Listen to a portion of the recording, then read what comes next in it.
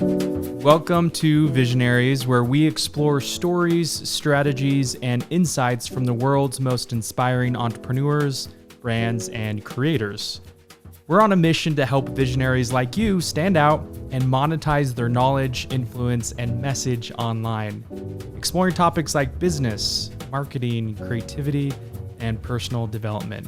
Let's build your vision for a happier, more meaningful life, business, and community together.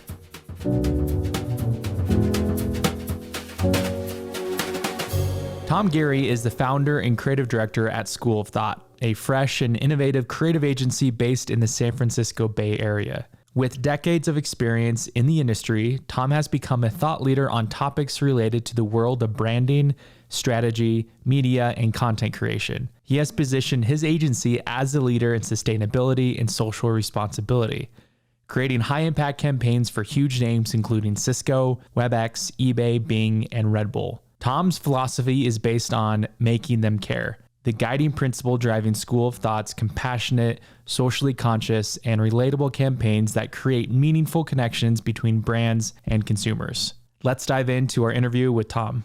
Tom, it's so good to have you on the show today. Dallin, my pleasure. Thanks for having me.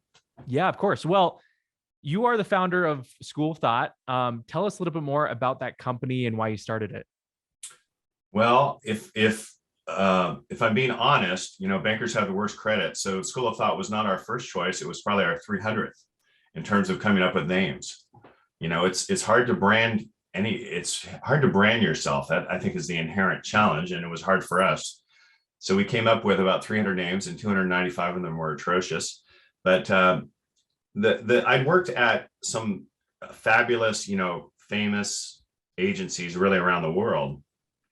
And most of the time it was bureaucratic and slow and people weren't treated really well.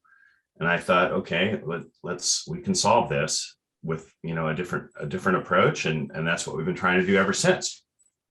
Yeah, I love it. Well, and I love the name too. I mean, there's something so inviting about it, and provoking as far as like what it invites someone to do, put thought to it.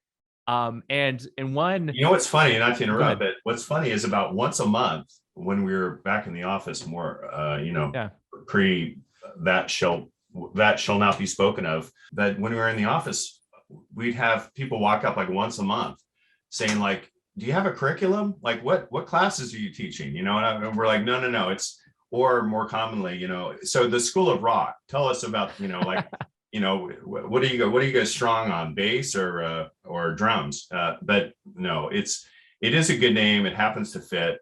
We try to be thoughtful about what we do. And also it's not a bad thing to have clients who think the same way. Definitely. Well, and speaking of thinking the same way, one thing that really stuck out to me that I relate to is the mantra that really have become your guiding principle, right, in your business, and that is making them care. Tell us a little bit more about why that really resonates with you and what that means. So, clients aren't asking for us to come up with an ad or a video or an engagement or an activation, right? They're asking for a reaction in the mind of their target audience. And you can't have that happen without connecting emotionally. We had an old client, the CMO of Volvo used to say, you can't, if you want to hit the brain, you have to go through the heart. And it's exactly right. Nobody gets out of bed to think about an ad. Nobody gets out of bed to look at a video or think about the technical specs of this or that or whatever. So even when you're moving into things like sustainability, we're doing a lot of work in clean energy and equity and so forth. Nobody thinks about energy except when it has to do with a cold beer or a hot shower. And so that's the challenge. Clients are always passionate about their products, their offering. It's like being the coach of the, insert terrible football team here, Chicago Bears or whatever. Sorry for everybody in Chicago who's wincing right now. if you're the coach of a mediocre team, you have to believe that's inherent. You're so close to your team. You're so close to everything. You just think this is the greatest thing ever. Most people, your audience isn't thinking about it. Nobody's leaning into these topics inherently. So that's always our first goal, is we have to make people care. And so, you accomplish that, and everything else is a hell of a lot easier. Kind of falls into place. It falls into place, and you're way more successful. I'm in presentations where we're looking at stuff, and the client's like ignoring what I'm saying, and they're looking at the legal copy, and I'm like, nobody's going to get to the legal copy. You need to stop and hold on and just mull over whether people are even going to stop and look at this ad in the first place. That's your first objective. You can't sell or communicate anything effectively until you get people's attention. Yeah. Is there a certain kind of question or process that you go through as far as building out a branding strategy and approach to that mantra? Yeah, that's a great question. So we always tell clients, that there are no shortage of dad jokes and eye rolls when people work with us, but they hear a lot of other phrases too. And I would say, are you distinctive? What are you doing that is distinctive in your category or space? So for example, and I think about this strategically too. We do a competitive audit of everything in the category. We do a competitive audit of positioning and the communications and so forth. But it's funny. We've been doing some work with tech companies, and every freaking company out there is using ads with open sans. It's a typeface, and it's just like, you're not going to stand out by being the 406th brand this month to use open sans. So my idea of a good campaign is one where it is so distinctive strategically, and it is so distinctive in terms of voice and look and feel, that you can identify that campaign without even looking at the logo. And that's the example, because branding is really hard, and you need everything to be going your way to be most effective. And people kind of ignore that. They're just like, oh, I like open sans, and I like stock photography, and that's just, it's not going to work. It will work inside the boardroom. It will work for your team. The groupthink folks will all nod and smile, but where it matters, out in the real world, you're wasting your time and money. Yeah. Adding more of that authentic, which is a buzzword in marketing, but more of that authentic and original approach. Then, you see, you talk about ad creative or, content, whether in any form or medium, and what comes to mind are a lot of those, say, hand-drawn or template animations that are across all those tech websites as their main hero video, or just other very much template based graphics and creative that show up and really pull away from creating more of a human connection.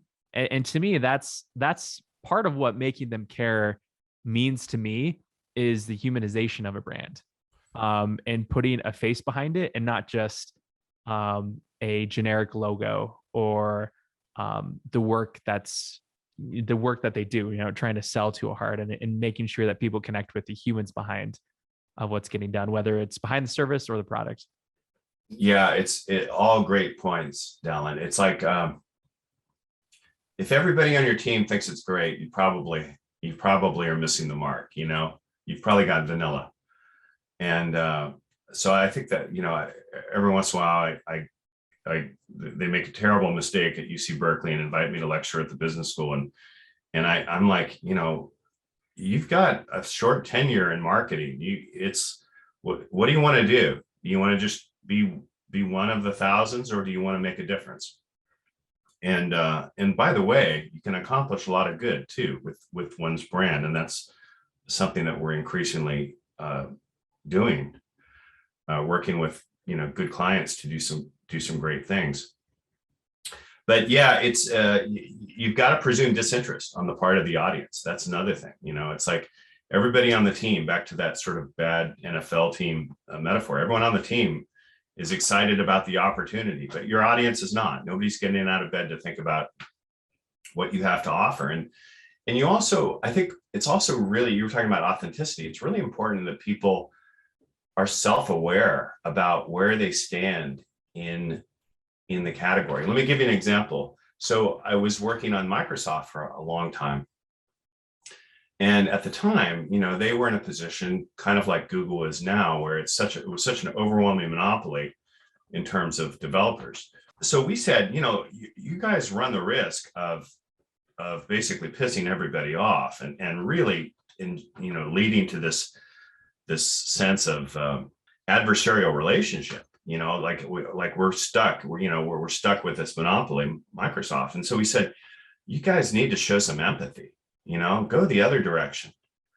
Think about how hard it is to be a developer and how hard it is to kind of have the creativity and stand out and all this stuff. So we did this funny campaign where we had project managers running around with air horns trying to get their attention of the developers, and guys going to the fridge at 3 a.m. looking for snacks, and all there was butter, and they're eating the butter, which was actually came out of some real blog content that we found. Developers had actually done that.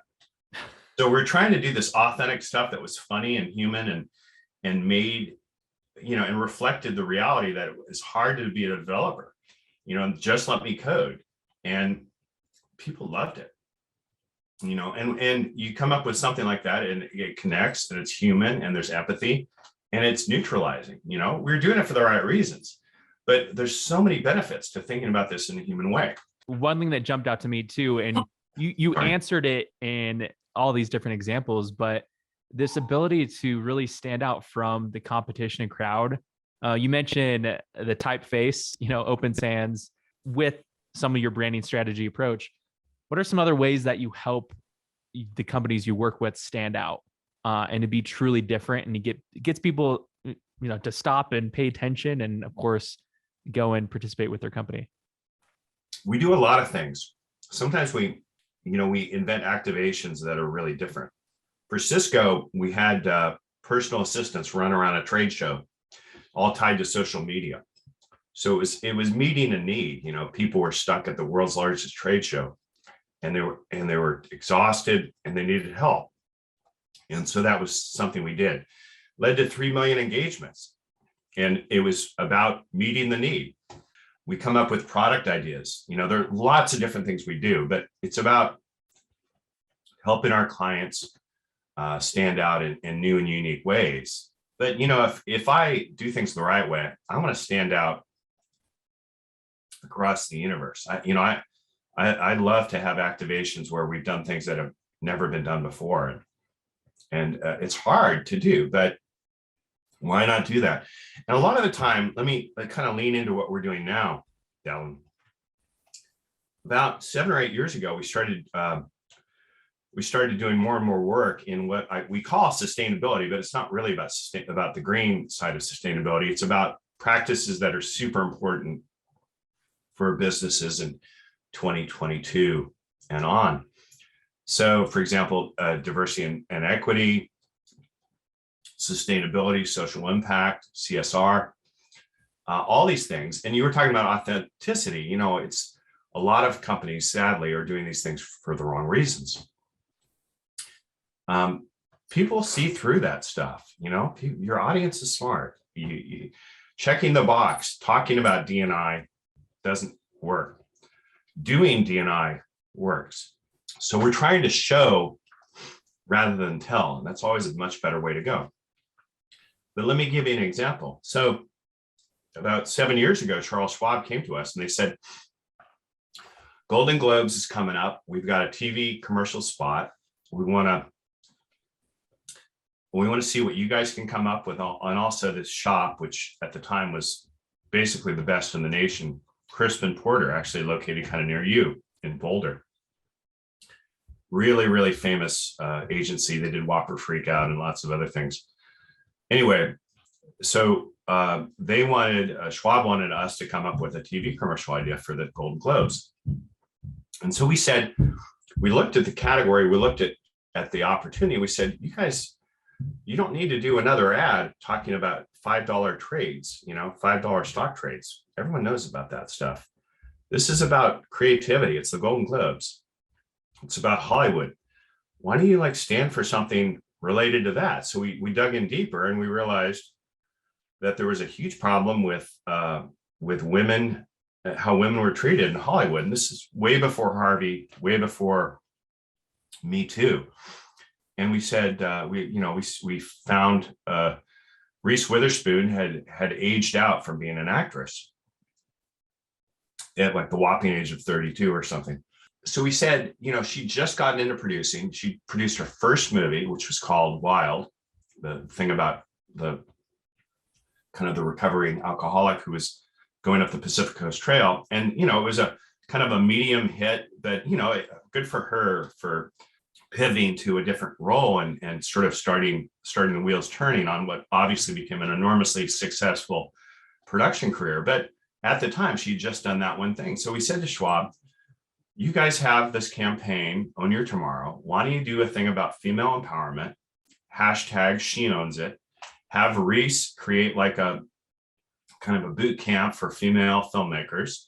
She would love to do it since she's obviously leaning into the space. And, and do a campaign and kind of a moment about female empowerment. And so that's an example of us trying to basically weave the opportunity and really distinctive strategy together with doing some good all together in a way that could have just blown things open for our client. Now, obviously they didn't do it. They didn't use either our idea or Crispin's idea. I don't know what they came up with, but they didn't own She Owns It, and they didn't own the moment. And it was a lost opportunity. I've got some of the old clients there kind of talk to me from time to time, and they're like, yeah, we blew it. But everybody's got that opportunity. We all have opportunities to lead and to take a stand. A couple of years later, a different financial firm came up with the Fearless Girl statue. But how amazing would it have been for Schwab to have basically been first, and really getting behind such an important issue, because they're in a commoditized space. They've got $5 fees, $5 trades. So does Fidelity. Everyone's got $5 trades. TD Waterhouse, I'm buying the same stocks. It's a commodity. So you better think about ways to set yourself apart and make people care and take a few risks along the way. Yeah, and those, when they are done, they stand out. I mean, I think of the Dove campaigns, a beauty, and those that really focus on what is truly human out of this experience versus trying to sell them strictly on just what makes them the same as everyone else. Nobody's a size zero, and that's the other thing. We were talking about authenticity. It's so important to reflect not your sort of perception, but the audience's. The audience doesn't think everybody's a size zero. Guess what? They're not. And that's why Dove was extraordinarily successful with that. They were leaders and they did something different. And I'm sure there were people on their team who were like, gosh, we're not going to have the most beautiful, aesthetic, quote unquote, with these women. And luckily somebody pushed back and said, I don't really give a damn, cellulite, I've got cellulite or whatever, and somebody said, we're going to get real, and good for them. That was amazing leadership. And they pushed through and became famous and have all gone on to storied careers because of it. Yeah, 100%. Well, this has been really valuable. And I love your insights and examples, real examples that you've pulled out. One thing I love to explore just a little bit is stepping back to the early days of School of Thought, or maybe even other forms of your business before that. What advice would you give to someone who is exploring how to best brand and launch their agency or company as an entrepreneur that you've learned now over the years with School of Thought? I started my first agency, which did not have a good name because What was it? It was called Tom Geary and Associates. Talk about indistinct, Yeah. But the funny thing was I had basically pitched a project that I couldn't really handle. I think I was like 26. I sort of pretended to be bigger than I was. I didn't have associates. So they're like, what's the name of your company? I'm like, Tom Geary and Associates, perfect, fake it till you make it. So I definitely think it's good to have ambition and gumption, and the fake it till you make it thing is not bad so long as you can have confidence to follow through. So I've always had that. So I had a bad name, but early on I did way too much. In fact, for about 5 years, I quit. I was so burnt out. We were successful. We'd done all these campaigns for all these big companies, Burton Snowboards, GE, lots of different things. But I was cooked. And one of the reasons I was cooked was that I did everything. I was just a perfectionist and wouldn't let go, didn't delegate. And to the point where I actually had a resume after that experience where I was graphical with like a matrix. And there are illustrations of all these wacky hats, this kind of a pith helmet and, whatever, all these just ridiculous, like a beer chug hat, all these ridiculous hats. And then I would say okay, new business next to the pith helmet. And I graded myself like a B. And then there was a tech hat or something. And I was the IT guy. So I wore all the hats, literally and figuratively.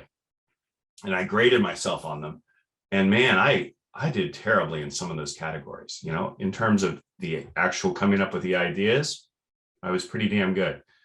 But I was not the person to be doing the bookkeeping, I learned. So that is the moral of the story from my first agency. And for future entrepreneurs, you're going to think you should do it all. You shouldn't. You should definitely offload some of those hats. There's an opportunity cost. Every time you're being a bad IT guy, you could be, that's time wasted that you could be spending doing the highest value thing for your company. And so that would be one bit of advice I would have for anybody who's starting a new company. In terms of branding, I think we do a lot of work with startups.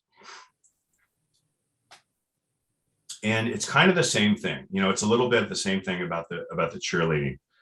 A lot of startups these days are tech oriented. The product is a code, SaaS, something.